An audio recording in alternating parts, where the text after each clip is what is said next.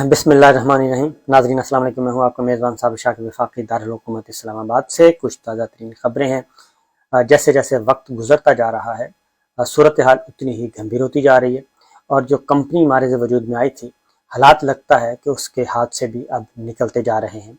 और ख़ास तौर पे ताकतवर हलकों ने भी अब इनका बोझ उठाने से माजरत कर ली है। जी हाँ, बिल्कुल, ताकतवर हलके जो हैं, मुक़्तदर हलके जो हैं, वो भी अब इनका बोझ उठाने के लिए तैयार नहीं है, क्योंकि उनको भी अंदाज़ा नहीं था कि ये इतने नाअहल और निकम्मे साबित होंगे। और ये जो कुछ उनको बताते रहे बंद कमरों की मुलाकातों में, और जो जो सब्ज़ बाग दिखाते रहे, और ये कहते रहे कि हमारे पास पूरा प्लान है, हम पाकिस्तान को क्राइसिस से निकाल लेंगे और पाकिस्तान को लेके आगे बढ़ जाएंगे। लेकिन हकीकत मैं आपको बता दूं कि इनका एजेंडा किसी भी सूरत में ये नहीं था, इन्होंने ब्लफ करवाया है। और चूंकि ये काफ़ी एक्सपर्ट, बहुत ही काया किस्म के पॉलिटिशियंस हैं और बहुत ही पुराने तजर्बा है, 40 साल का तजर्बा है इनको। और नवाज शरीफ साहब को भी, जरदारी साहब को भी, मौलाना फजलुर रहमान साहब को भी, इनकी नस्लें इस वक्त तीसरी नस्ल जो है वो पॉलिटिक्स में है। तो ये सब कुछ उन्होंने जो कुछ कहा वो अब किया नहीं है, क्योंकि ये जैसे ही इक़्तिदार में आए हैं, मैं जो बातें कह रहा हूँ ज़रा गौर से सुनने वाली हैं और समझने वाली हैं कि जब ये इक़्तिदार में आ गए तो इन्होंने अब इक़्तिदार में आने के बाद अब उन्हीं को आंखें दिखाना शुरू कर दिया है, उन्हीं को आंखें दिखा रहे हैं। और कभी कोई तजवीज़ दे देते हैं, कभी कोई तजवीज़ दे देते हैं, और आहिस्ता आहिस्ता अपनी गिरफ्त मजबूत करना चाह रहे हैं। पाकिस्तान की मईशत का सत्यानाश हो चुका है। बजट जो पेश किया गया है उसमें इतना झूठ बोला गया कि आप तसव्वुर नहीं कर सकते। और ख़ास तौर पे 2000 कहाँ 12,000 रुपये माहाना इमदाद दी जाती थी, और अरबों रुपया वज़ीर आज़म इमरान खान की जब गवर्नमेंट थी तो अरबों रुपए की सब्सिडी दी गई, सहूलत प्रोग्राम के तहत उसमें दी गई, और ख़ास तौर पे कम आमदनी वाले लोगों को, और कोविड के दौरान भी। और ये सिर्फ 2,000 रुपये की देकर भी एहसान जता रहे हैं। दूसरी जानिब IMF के साथ अच्छा खासा मामलात तय थे, और इन्होंने आके IMF के साथ बंद कमरों में क्या कहा क्या नहीं कहा, और उनके साथ मामलात क्यों नहीं तय किए, ये भी एक मुहिम्मा बनता जा रहा है कि क्या ये IMF के साथ जब मुज़ाकरात करने जाते हैं, क्या ये प्रोग्राम को बहाल करवाने के लिए जाते हैं या फिर प्रोग्राम को ख़राब करने के लिए जाते हैं। ये एक अगला सवाल उठ रहा है, क्योंकि वही IMF है, वही पाकिस्तान है, वही सब कुछ है। तो आखिर क्या वजह है जो शौकत तरीन साहब और इमरान खान साहब के साथ एक प्रोग्राम लेके आगे बढ़ रहे थे, तो इन 4-6 हफ्तों में ऐसा क्या हुआ कि IMF भी अब ये आके बताते हैं कि IMF हमारे साथ कोई बातचीत करने के लिए तैयार नहीं है। आखिर माजरा क्या है। और चाइना तो वैसे ही इनकार कर चुका है, और चाइना जो है ज़ाहिर है जो चाइना के साथ उनके बहुत ज़्यादा कंसर्न्स हैं, क्योंकि जब तक उनके तहफ़्फ़ुज़ात दूर नहीं किए जाते उस वक्त तक चीन की तरफ से आपको कोई हवा का झोंका जो है, ठंडी हवा का झोंका, वो मुश्किल से ही आएगा। हाँ, अलबत्ता ये ज़रूर है कि चीन पाकिस्तान का दरीना दोस्त है और वो बहुत ही दूरअंदेश है। वो किसी भी सूरत में पाकिस्तान को नुकसान तो नहीं पहुंचाएगा, लेकिन फिल वक्त वो उसने पॉज लिया हुआ है, स्ट्रेटेजिक पॉज, और वो भी सोच रहा है, नज़रसानी कर रहा है, रिव्यू कर रहा है कि आखिर माजरा क्या है, कि ये जो इस वक्त कंपनी आई है वो एक आई है मरासले के नतीजे में, और अब उसकी तस्दीक जो है वो रूस के एम्बेसडर ने भी कर दी है। रूस के एम्बेसडर का एक इंटरव्यू आया, नशर हुआ, और उसमें उन्होंने इस बात की तस्दीक की है कि इमरान खान साहब को हटाने में जो बहुत सारी वजूहात थी, उनमें से एक अहम वजह यह भी थी कि रूस के साथ मामलात उनके सही जा रहे थे और पाकिस्तान और रूस के ताल्लुकात बेहतर हो रहे थे। और न सिर्फ ये, बल्कि उन्होंने ये भी कहा कि हमारे साथ जो पेट्रोल और पेट्रोलियम मसनूआत की ख़रीदारी के लिए भी बातचीत चल रही थी, और मौजूदा हुकूमत ने आके हमसे अभी तक रुजू नहीं किया, और अगर पाकिस्तान रुजू करेगा, पाकिस्तान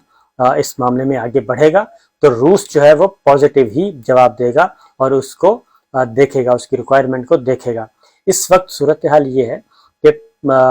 मईशत को सहारा देने के लिए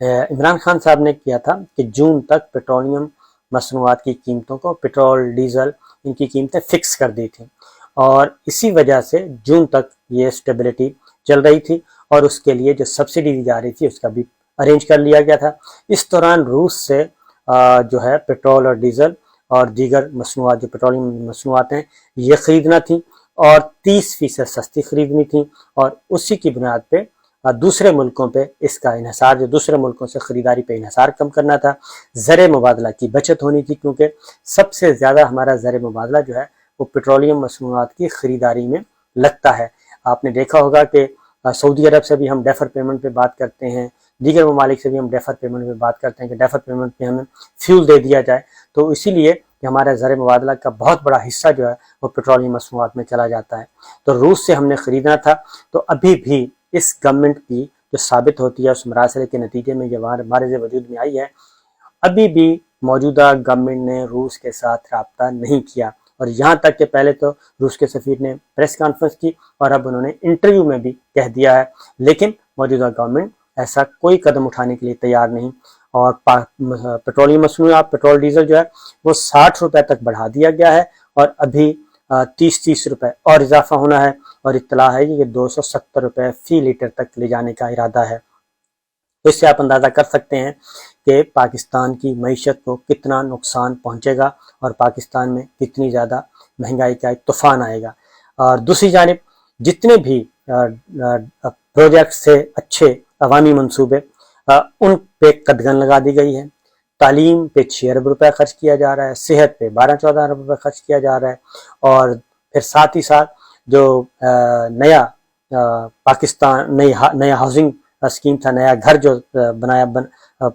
सब्सिडी रेट पे जो घर दिए जाने थे, अपार्टमेंट्स दिए जाने थे,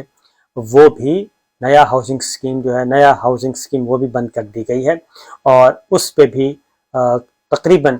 कहाँ कोई 30-32 अरब रुपया, 30 अरब रुपया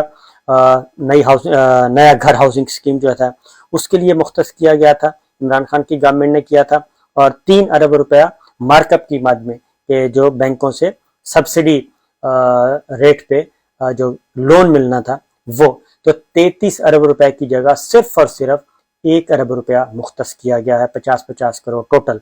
तो इससे आप अंदाज़ा कर सकते हैं कि वो भी एक स्कीम गई जिससे कि पाकिस्तानियों को, वो ज़ाहिर है पीटीआई के लोगों को तो घर नहीं मिलना था, पाकिस्तानियों को घर मिलना था, वो भी ख़त्म कर दिया गया है। एक तरफ ये सारी चीज़ें ख़त्म करते जा रहे हैं, दूसरी तरफ मईशत का भट्ठा बिठाते जा रहे हैं, तीसरी जानिब कोई अल्टरनेट भी नहीं सोच रहे, मुतबादल ज़राए को भी इख्तियार नहीं कर रहे। सऊदी अरब से जवाब मिल चुका, यूएई से जवाब मिल चुका, चीन से जवाब मिल चुका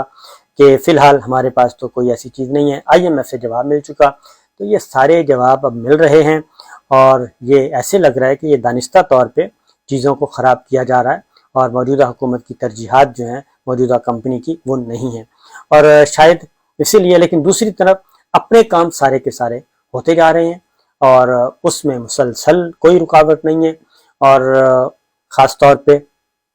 मुकदमात ख़त्म हो रहे हैं, नैब हो गया, सब कुछ हो गया, ज़मानतें कन्फर्म हो गई, और मरियम बीबी भी आहिस्ता आहिस्ता उस जानिब बढ़ रही हैं, प्रेशर बढ़ा रही हैं दरून खाना कि किसी भी तरीके से